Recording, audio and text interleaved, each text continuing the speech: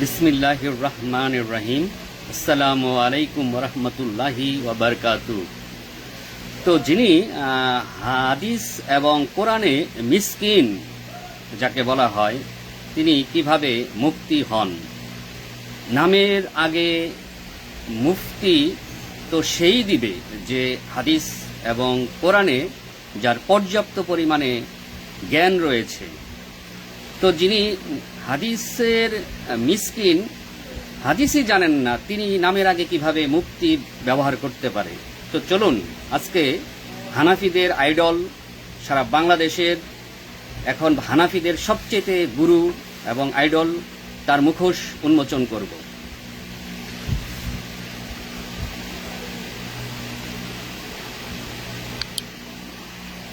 তো আপনারা দেখতে পাচ্ছেন যে এখান থেকে দেখেন, আমি আপনাদেরকে দেখাচ্ছি মুফতি রাকিবুল ইসলামের আইডিটা। এই যে দেখেন, আপনারা আইডিটা দেখেন, এখানে তার ফলোয়ার সংখ্যা আপনার 19,000-এর মতো। তিনি বাংলাদেশের হানাফিদের এখন সবচেয়ে বড় আইডল এবং ধর্মীয় গুরু বলা যেতে পারে, কিন্তু সে হাদিসে মিসকিন। তার কাছে এখন ওহী নাজিল হয়। তিনি এখন নতুন করে বিধান দিচ্ছেন যে বেতের নামাজ 1 রাকাত পড়া নিষিদ্ধ ঘোষণা করেছেন হানাফিদের আইডল রাকিবুল ইসলাম মুফতি সাহেব। তিনি বেতের নামাজ নিষিদ্ধ ঘোষণা করে দিলেন। আল্লাহর বিধান, নবী মুহাম্মদ সাল্লাল্লাহু আলাইহি সাল্লামের যে বিধান আমাদেরকে দেওয়া হয়েছিল, সেই বিধান তিনি নিষিদ্ধ ঘোষণা করলেন। শুধু নিষিদ্ধ নয়, এবং এক পর্যায়ে আমি মনে করি তিনি নিজেকে এই ঘোষণার মধ্য দিয়ে তিনি নিজেকে নবী দাবি করেছে। তা না হলে তিনি কেন বেতের নামাজ 1 রাকাত নিষিদ্ধ ঘোষণা করলেন? তিনি নিশ্চিতভাবেই হাদিসের উপর ছুরি চালিয়েছেন। তিনি মন গড়া কথা বলে তিনি হাদিসের উপর ছুরি চালিয়েছেন। তিনি তারপরে নামের আগে লাগাই কি হাফেজ মাওলানা কারি মুফতি রাকিবুল ইসলাম, বিশাল মাপের মুফতি। এই দেখেন তার পোস্ট, যদি চলে যান আপনার এই যে দেখেন, 19 ঘন্টা আগে তিনি 1 রাকাত বেতের পড়া নিষিদ্ধ ঘোষণা করেছেন। তো আপনারা দেখতে পাচ্ছেন খুবই স্পষ্টভাবে যে মুফতি রাকিবুল ইসলাম বেতের নামাজ 1 রাকাত বেতের পড়া তিনি নিষিদ্ধ ঘোষণা করলেন। কত বড় মাপের মুফতি হয়ে গেছেন তিনি! কল্পনা করা যায় কি? আল্লাহর বিধান, নবী মুহাম্মদ সাল্লাল্লাহু আলাইহি সাল্লামের বিধানের উপরে তিনি ছুরি চালিয়ে দিলেন এবং তিনি নিষিদ্ধ ঘোষণা করলেন। আমি মনে করি যে এই ধরনের পোস্ট তিনি নিজেকে ইসলামের নতুন করে একটি শরীয়ত তিনি কায়েম করার চেষ্টা করছেন, এবং ইসলামের যে বিধান, সেই বিধানের উপরে তিনি ছুরি চালিয়েছেন। এই দেখেন খুবই স্পষ্ট একটা পোস্ট, 1 রাকাত বেতের পড়া নিষিদ্ধ। তো আপনারা দেখতে পাচ্ছেন, আমি খুবই ভালো করে দেখাইলাম যে মুফতি রাকিবুল ইসলামের যে একজন, তিনি বিশাল মাপের মুফতি হয়ে গেছেন। আপনারা জানেন যে অসংখ্য হাদিসের রেফারেন্স রয়েছে যে বেতের নামাজ 1 রাকাতও পড়া যায়, কিন্তু তিনি কিভাবে তিনি 1 রাকাত বেতের পড়া নিষিদ্ধ ঘোষণা করতে পারেন? আল্লাহ রাসূলের বিধানের উপরে তিনি ছুরি চালিয়েছেন 100%। দেখেন আপনারা, 1 রাকাত বেতের পড়া নিষিদ্ধ ঘোষণা করে তিনি আল্লাহ রাসূলের যে বিধান, আল্লাহর যে বিধান, তিনি সেটার উপরে ছুরি চালিয়েছেন। এই দেখেন, এবার আমরা দলিল নিব। ঠিক আছে, আমার কাছে দেখেন, আমার কাছে রয়েছে এখন সহিহ মুসলিম, তারপরে রয়েছে আবু দাউদ, তারপরে রয়েছে মুয়াত্তা মালিক, তারপরে রয়েছে বুখারী।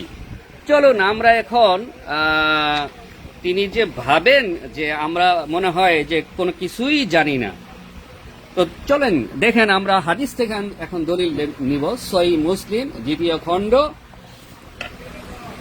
তো এখানে এই হাদিসে যদি আপনি চলে যান, দেখেন 1635 নাম্বার হাদিসে যদি আপনি চলে যান, দেখেন 1635 নাম্বার, সেখানে খুবই স্পষ্টভাবে বলা হয়েছে যে আব্দুল্লাহ ইবনে ওমর ইবনুল খাত্তাব রাদিয়াল্লাহু আনহু থেকে বর্ণিত, তিনি বলেন, একদিন জৈনিক ব্যক্তি দাঁড়িয়ে বলল, হে আল্লাহর রাসূল, রাতের সালাত কিভাবে আদায় করতে হবে? জবাবে রাসূল সাল্লাল্লাহু আলাইহি ওয়াসাল্লাম বললেন, রাতের সালাত দু রাকাত করে আদায় করবে। অতঃপর এখানে দেখেন, অতঃপর তিনি বলতেছেন, যখন ভোর হয়ে আসছে বলে মনে করবে তখন এক রাকাত বেতের আদায় করবে। যেখানে আল্লাহ রাসূল বলতেছেন যে এক রাকাত বেতের আদায় করবে, যখন ভোর হয়ে যাওয়ার সম্ভাবনা দেখবে তখন তোমরা এক রাকাত বেতের আদায় করে নিবে। সেই রাসূল সাল্লাল্লাহু আলাইহি ওয়াসাল্লামের হাদিসের উপর মুফতি রাকিবুল ইসলাম ছুরি চালিয়ে দিল। খুবই আশ্চর্য ব্যাপার। আচ্ছা গেল। এবার দেখেন আমি সহিহ মুসলিম থেকে আপনাদেরকে রেফারেন্স দিলাম। এবার আমি আপনাদেরকে আবু দাউদ, এখানে দেখেন আরেকটি গ্রন্থ সুনানে আবু দাউদ, এখান থেকে আমি রেফারেন্স দিব আপনাদেরকে।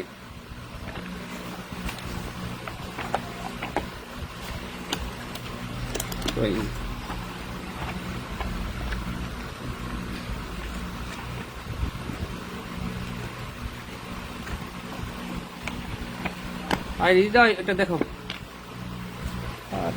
আচ্ছা দাঁড়ান, এটা আমি একটু পরে দিচ্ছি, মুয়াত্তা মালিক থেকে দিচ্ছি। এটা নোটটা এলোমেলো করে ফেলেছি, আমি এটা দিচ্ছি। তো এখন দেখেন মুয়াত্তা মালিকে যদি আমি চলে যাই, মুয়াত্তা মালিক প্রথম খণ্ড, এখানে দেখেন এই হাদিসটি, এখানে মুয়াত্তা মালিকের এই গ্রন্থের যদি আপনি চলে যান, দেখবেন যে এখানে কিন্তু খুবই স্পষ্টভাবে বলা হয়েছে 261 নম্বর হাদিসে নবী সাল্লাল্লাহু আলাইহি ওয়াসাল্লাম এর সহধর্মিণী আয়েশা রাদিয়াল্লাহু আনহা হতে বর্ণিত, রাসূল সাল্লাল্লাহু আলাইহি ওয়াসাল্লাম রাতে 11 রাকাত সালাত আদায় করতেন, তন্মধ্যে 1 রাকাত বেতের আদায় করতেন। দেখেন এখানে কিন্তু বলা আছে খুবই স্পষ্ট যে তন্মধ্যে তিনি 1 রাকাত বেতের আদায় করতেন। সালাত শেষ করলে তিনি ডান কাতে শয়ন করে বিশ্রাম করতেন। তাহলে আমরা মুয়াত্তা মালিক থেকে কিন্তু দলিল পেলাম যে আল্লাহ রাসূল 1 রাকাত কিন্তু বেতের সালাত আদায় করেছেন। খুবই স্পষ্ট রেফারেন্স আমি মুসলিম থেকে আপনাদেরকে দিলাম, এবং আরেকটা হচ্ছে মুয়াত্তা মালিক থেকে আপনাদেরকে আমি রেফারেন্স দিলাম। তো এখানে আরেকটা বিষয় যে এটা এলোমেলো করছো কেন? আচ্ছা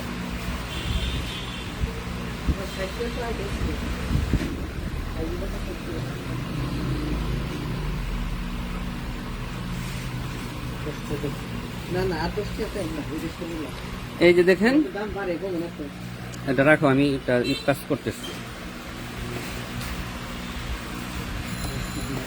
আচ্ছা এই যে দেখেন আমি আবু দাউদেও এখন পেয়ে গেছি। দেখেন আবু দাউদের সুনানে আবু দাউদ এই হাদিস গ্রন্থ থেকেও আমি আপনাদেরকে রেফারেন্স দিচ্ছি, খুবই স্পষ্ট এবং সহিহ হাদিস। আপনার হচ্ছে এই যে 1421 নম্বর হাদিসটা দেখেন, সুনানে আবু দাউদ, ইবনু ওমর রাদিয়াল্লাহু আনহু হতে বর্ণিত, একদা এক বেদুইন গ্রাম্য লোক নবী সাল্লাল্লাহু আলাইহি ওয়াসাল্লামকে রাতের সালাত সম্পর্কে জিজ্ঞেস করলে তিনি তার 2 আঙ্গুল দিয়ে ইশারা করে বলেন, দু রাকাত এবং রাতের শেষ ভাগে বেতের 1 রাকাত। তাহলে যেখানে আল্লাহ রাসূল নিজেই বিধান দিচ্ছেন যে বেতের রাকাত 1 রাকাত পড়া যায়, এখানে আবু দাউদ থেকে আমি আপনাদেরকে রেফারেন্স দিলাম আবু দাউদ থেকে, তারপরে আপনার মুয়াত্তা মালিক থেকে, মুসলিম থেকে, কতগুলা হাদিস গ্রন্থ দেখেন। তারপরে আরো যদি রেফারেন্স চান, যেমন বুখারিতেও যদি আপনি এই বেতের সালাদ আপনি পেয়ে যাবেন। এটা একটু বের করতে হবে আমাকে।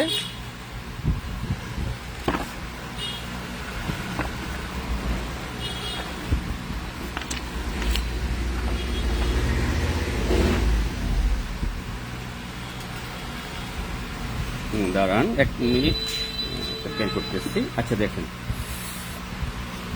এখন দেখেন আপনারা, এখন আমি বুখারিটা আমি হাতে নিলাম এবং সেখানেও দেখেন, এখানেও বলা আছে বুখারি যদি 990 নাম্বার হাদিসটি আপনি পড়েন, এখানে দেখেন ইবনু ওমর রাদিয়াল্লাহু আনহু হতে বর্ণিত, এক ব্যক্তি নবী সাল্লাল্লাহু আলাইহি ওয়াসাল্লামের নিকট রাতের সালাত সম্পর্কে জিজ্ঞেস করল। আল্লাহর রাসূল বললেন, রাতের সালাত দু রাকাত করে, আর তোমাদের মধ্যে কেউ যদি ফজর হওয়ার সম্ভাবনা আশঙ্কা করে, সে যেন 1 রাকাত সালাত আদায় করে নেয়। এবং বলা হচ্ছে যে আর সে যে সালাত আদায় করলো তা তার জন্য বেতের হয়ে যাবে। অর্থাৎ 1 রাকাত যদি মানে ভোর হয়ে যাওয়ার সম্ভাবনা কিংবা আশঙ্কা থাকে, সে যদি 1 রাকাত সালাত আদায় করে নেয়, তা তার জন্য বেতের হয়ে যাবে। এখানে বুখারীতেও আপনি কিন্তু খুবই স্পষ্টভাবে আপনি রেফারেন্স পেয়ে যাবেন। এই যে দেখেন, আমি 4টা হাদিস গ্রন্থ থেকে, তো এই যে দেখেন, তো ঘটনা হলো যে আমি আপনাদেরকে বুখারী, সহিহুল বুখারী, আবু দাউদ, মুয়াত্তা মালিক এবং মুসলিম থেকে 4টা হাদিস গ্রন্থ থেকে আপনাদেরকে দেখালাম যে বেতের সালাত 1 রাকাত পড়া যায়। তো বেতের যেহেতু বেজর, এটা 1 রাকাতও পড়া যায়, এটা আল্লাহ রাসূলেরও বিধান। তো তিনি কিভাবে 1 রাকাত বেতের পড়াকে তিনি নিষিদ্ধ করে দিতে পারেন? আমার প্রশ্ন হচ্ছে যে ইদানিং কি তার কাছে কি কোনো ওহী নাজিল হয় কিনা? যদি ওহী নাজিল হয়ে থাকে তাহলে বলতে পারে যে হ্যাঁ 1 রাকাত বেতের পড়া নিষিদ্ধ, যদি ওহী নাজিল হয়। এটা হলো একটা প্রশ্ন। আর তিনি কিভাবে নিজেকে মুফতি দাবি করে, আমি এটাই আশ্চর্য হয়ে যাই। যিনি হাদিসই জানেন না, তিনি একজন বড় মাপের মৌলানা এবং মুফতি হয়ে গেলেন, এবং বেতের রাকাত 1 রাকাত বেতেরকে তিনি নিষিদ্ধ ঘোষণা করে দিলেন বাংলার জমিনে। কি আশ্চর্য ব্যাপার! যিনি হাদিসই জানেন না, হাদিসে যদি মিসকিন হয়, তাহলে তাকে কি মুফতি বলা যাবে? প্রশ্নটা আপনাদের কাছে রইল। আর যিনি নিষিদ্ধ ঘোষণা করবেন, এই নিষিদ্ধ ঘোষণার অধিকার তাকে কে দিয়েছে? প্রশ্ন আপনাদের কাছে, নিষিদ্ধ ঘোষণার অধিকার তাকে কে দিয়েছে? সে নিজেকে বড় মৌলানা মুফতি দাবি করে। আপনারা জানেন যে কিছুদিন আগে একটি সে অকারেন্স ঘটিয়েছিল। সালাফি 3 জন স্টুডেন্ট তিনার কাছে মেহমান হিসাবে গিয়েছিল, এবং সেখানে তিনি এমন একটা বিশ্রী ঘটনা ঘটিয়েছেন যে সূরা ফাতিহা চ্যালেঞ্জ, আরবি ইবারত সহিহ বুখারী থেকে চ্যালেঞ্জ, বুখারী হাদিস চ্যালেঞ্জ, অথচ সে বুখারীর হাদিসই সে আজকে জবাই করে দিল। খুবই অবাক করার বিষয়। তিনি বলতেছেন যে বুখারী থেকে আরবি ইবারত পড়তে হবে, তিনি বলতেছেন বুখারী থেকে আরবি ইবারত পড়তে হবে। আরে বেটা, তো সে নিজেই হাদিসে মিসকিন, বুখারীর হাদিস জানে না। সে তো নিজেই হাদিসে মিসকিন হয়ে বসে আছে। বুখারীতে স্পষ্ট বলা আছে 1 রাকাত বেতের পড়া যাবে, আর সেখানে সে বুখারীর হাদিস সে জবাই করে দিয়ে বলতেছে যে 1 রাকাত বেতের পড়া নিষিদ্ধ ঘোষণা করলো। এবং সে 3 জন সালাফি স্টুডেন্ট সেখানে গিয়েছিল তার মাদ্রাসায়, সেখানে তাদেরকে অপমান অপদস্থ করলো, পাঞ্জাবি টেনে ছিঁড়ে ফেললো, শার্টের বোতাম ছিঁড়ে ফেললো। তারপরে সে তার মাদ্রাসার স্টুডেন্ট দিয়ে সন্ত্রাসী কায়দায় যা খুশি মানে তিনজন সালাফি মানহাজে তারা আলেমও না, তিনজন অনলি সালাফি মানহাজ, তারা সালাফি মানহাজ তারা ফলো করে, তাদেরকে অপমান অপদস্থ হেয় প্রতিপন্ন করলো চায়ের দাওয়াত দিয়ে, তাদের পাঞ্জাবি ছিঁড়ে ফেললো, তাদেরকে মারধর করা হলো, তারপরে শার্টের বুতাম ছিঁড়ে ফেলা হলো, তাদেরকে যা খুশি বাধ্য করা হলো সেই মাদ্রাসায়। এবং এই যে দেখেন বুখারী, এই বুখারী সে নিয়ে এসে তাদেরকে বলতেছে বুখারীর আরবি এবারত পড়ো। নিজেকে বড়, অনেক বড় মাপের মুফতি সে প্রমাণ করার জন্য সে বলতেছে যে বুখারীর আরবি এখান থেকে খুলে দিলাম, আরবি এবারত পড়ো। আরে বেটা, তুমি তো হাদিসই তুমি মিসকিন, তুমি যেখানে বুখারীর হাদিসে মিসকিন, তুমি সেখানে তোমার কিসের মৌলানা মুফতির পাওয়ার? তুমি তো নিজেই মূর্খ সেজে বসে আছো। বুখারী, মুসলিম, আবু দাউদ 4টা হাদিস থেকে আমি আপনাদেরকে আজকে ভিডিওর মাধ্যমে দেখালাম যে বেতের নামাজ 1 রাকাত পড়ারও নিয়ম রয়েছে, সেটা আল্লাহ রাসূলের বিধান, আর তিনি সেখানে 1 রাকাত বেতের পড়া তিনি নিষিদ্ধ ঘোষণা করে দিলেন। এ প্রশ্ন আমি জাতির কাছে রাখতে চাই যে তিনি কিভাবে নিজেকে মৌলানা মুফতি দাবি করে, যে হাদিসে মিসকিন। মুফতি তো তাকেই বলা হয় যিনি মুফতি, তিনি হাদিস কোরআনের স্পেশালিস্ট। সোজা কথা, ওই আপনার গড় করে আরবি পড়লেই মুফতি হওয়া যায় না। আমি নিজেকে আরবি পড়লাম, রিডিং পড়লে, আরবি রিডিং পড়লেই নিজেকে মুফতি মৌলানা দাবি করা যায় না। হাদিস জানতে হয়, হাদিস, কোরআন এবং তাফসির এগুলি অর্থ জানতে হয়। যদি এগুলির অর্থ নাই জানেন তাহলে নিজেকে কেন মুফতি দাবি করবেন? আপনি তো নিজেকে এই পোস্টের মাধ্যমে আপনি যে একজন গণ্ড মূর্খ, সেই মূর্খের পরিচয় দিয়েছেন।